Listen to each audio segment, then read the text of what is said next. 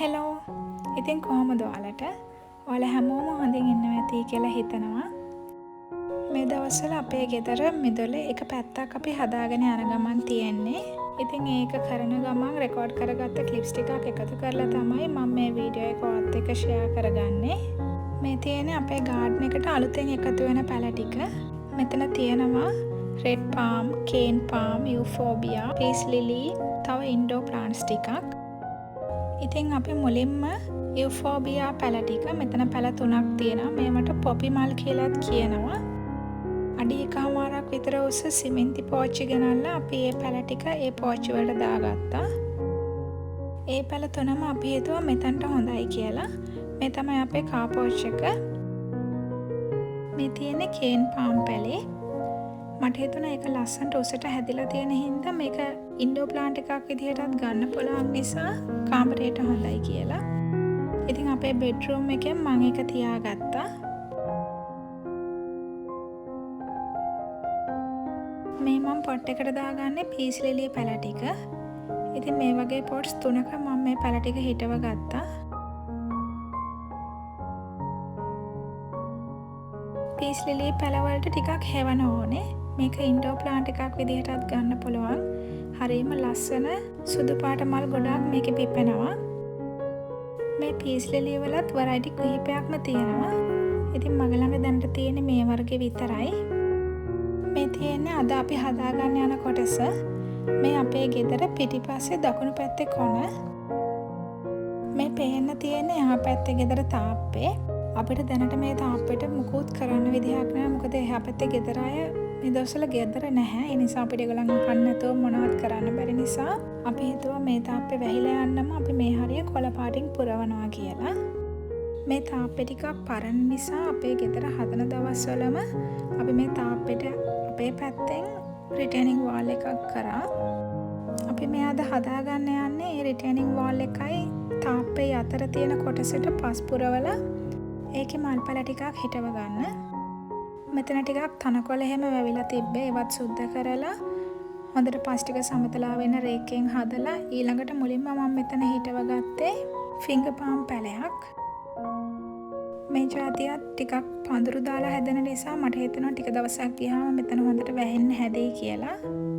තව මම මෙතන හිටව ගන්න හේතුව මගේ ළඟ තිබුණු රේන් ලිලි, සැන්සවේරියා වගේ පැල ටිකක්.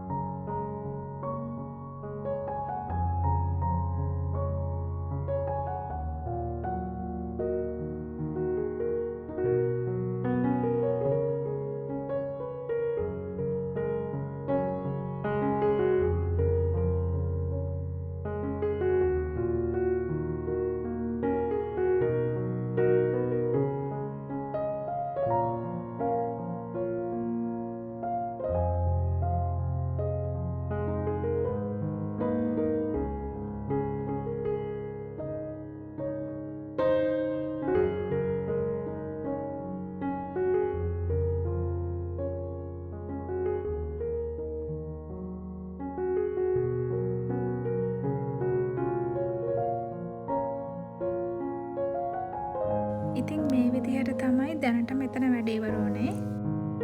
මෙතන තියෙන සමහරක් පැල මම හිටව ගත්තා. අනිත් ඒවා පොට් පිටින්ම තිබ්බා. මෙතන හිටවල තියෙන ගස් ටිකක් ලොකු වෙනකොට සමහර විට මේ පොට් වල තියෙන පැල අයින් කරන්න වෙයි කියලා හිතලා මම ඒ වගේ පැල පොට් පිටින්ම තිබ්බා. මට දැනට ඕනේ මෙතන ටිකක් කොළ පාට ගතිය වැඩි කරගන්න. ඉතින් මෙතන තියෙන පැල ගැන කිව්වොත් මෙතන මම පොට් එකක තියලා තියෙනවා කොහොඹ පැලයක්. මගුල් කරඬ පැලයකුත් තියෙනවා. ඒකක් තියෙන්නේ පොට් එකක.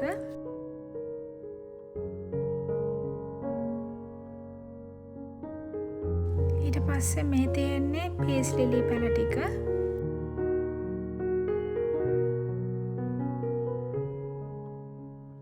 තව මම මෙතන හිටවුවා ජේබරාස් පැල ටිකක්.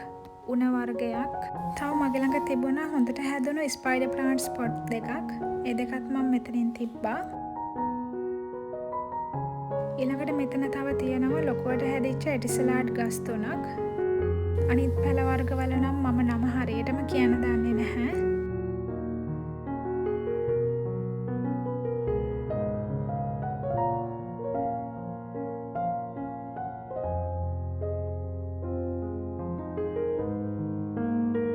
ඉතින් මේ විදිහට තමයි මම මෙතන කොළ පාටින් පුරව ගත්තේ.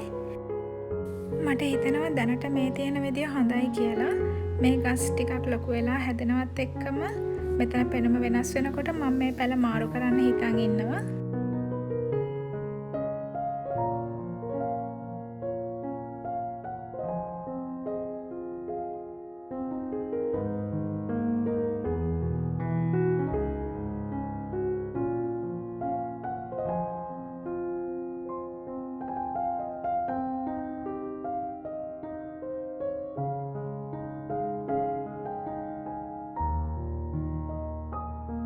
ඉතින් මං ඔයාලට කලින් කිව්ව රිටේනින් වॉल එක මේ තාප්පෙත් එක්කම අඩි 40ක් විතර දිගට කොටස් 3කට බෙදලා තමයි අපි හදලා තියෙන්නේ.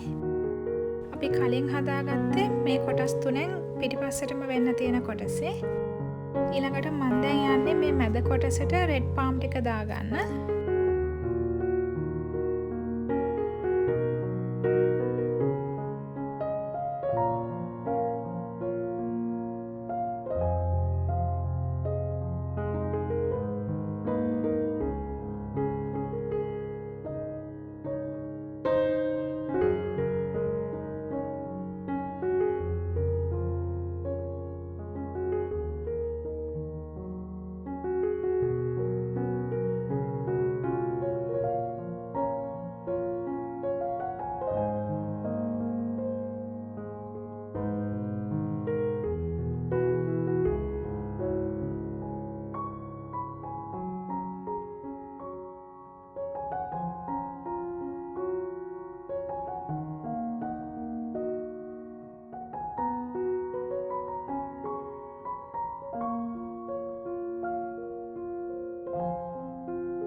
ඉතින් රෙඩ් පාම් පැල ටික හිටව ගත්තට පස්සේ මේ විදිහට තමයි පේන්න තියෙන්නේ.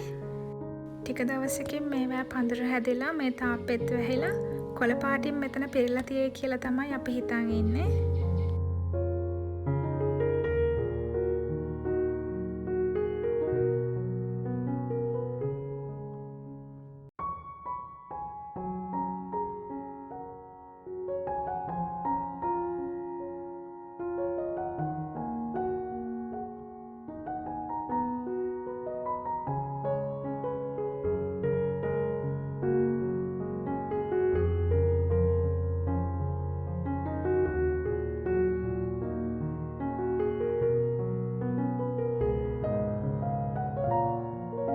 මේ තියෙන්නේ අපි මෙතන හදලා පැල හිටවල සතියකට විතර පස්සේ ගත්ත වීඩියෝ ක්ලිප් එකක්.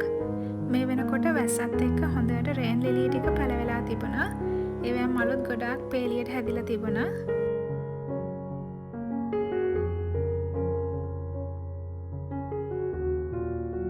ඉතින් මේ තියෙන්නේ අපේ ගෙදර පිටිපස්සේ තාප්පේ දිගටම තියලා තියෙන රෝස පැල ටික. මේ දවස්වල මේවත් ගොඩක් මල් තියෙනවා. ඉතින් අපේ ගාඩන් එකේ තවත් ලස්සන කරගන්න හදාගන්න තැන් කීපයක්ම තියෙනවා. ඉතින් ඒ තැන් ටිකත් පිළිවෙලට හදාගත්තට පස්සේ මම ඔයාලට බලන්න වීඩියෝස් අරන් එන්නම්. අපි මේ දවස්වල ගෙදර ඉස්සරහම කොටස හදන ගමන් ඉන්නේ. ඒකත් ඉවර වුණ ගමන් ඉක්මනටම ඔයාලට ලස්සන වීඩියෝ එකක් අරන් එන්නම්. ඉතින් හැමදාමත් වගේ හරිම ආදරෙන් මාත් එක්ක එකතු වුණාට ලස්සන කමෙන්ට්ස් මට ලියනවට ඔයාලට ගොඩාක් ස්තුතියි. ආයෙත් ලස්සන වීඩියෝ එකකින් එනකන් හැමෝම සතුටින් පරිස්සමෙන් ඉන්න. බයි බයි.